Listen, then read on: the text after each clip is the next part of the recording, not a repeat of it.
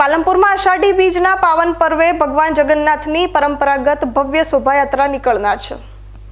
તે પૂર્વે ભગવાન જગન્નાથ વરઘોડા સ્વરૂપે પારપડા રોડ પર આવેલ જ્યોતિન્દ્ર સોસાયટીમાં મોસાળમાં પહોંચતા અહીં ભગવાનનું સામૈયું કરવામાં આવ્યું હતું।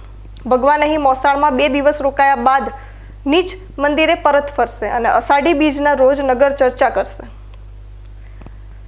પાલનપુરમાં અષાઢી બીજના રોજ મોટા રામજી મંદિરથી દર વર્ષે પરંપરાગત ભગવાન જગન્નાથની વાજતે ગાજતે ભવ્ય શોભાયાત્રા યોજવામાં આવે છે। જો કે આ વર્ષે પાલનપુરના પારપડા રોડ પર આવેલ જ્યોતિન્દ્ર સોસાયટીમાં રહેતા સુખડિયા પરિવાર દ્વારા ભગવાનનું મામેરું ભરવામાં આવ્યું હોય મોટા રામજી મંદિરથી ભગવાન જગન્નાથનો વરઘોડો યોજવામાં આવ્યો હતો અને ભગવાન મોસાળમાં પહોંચતા ભગવાનનું ભવ્ય સ્વાગત કરવામાં આવ્યું હતું।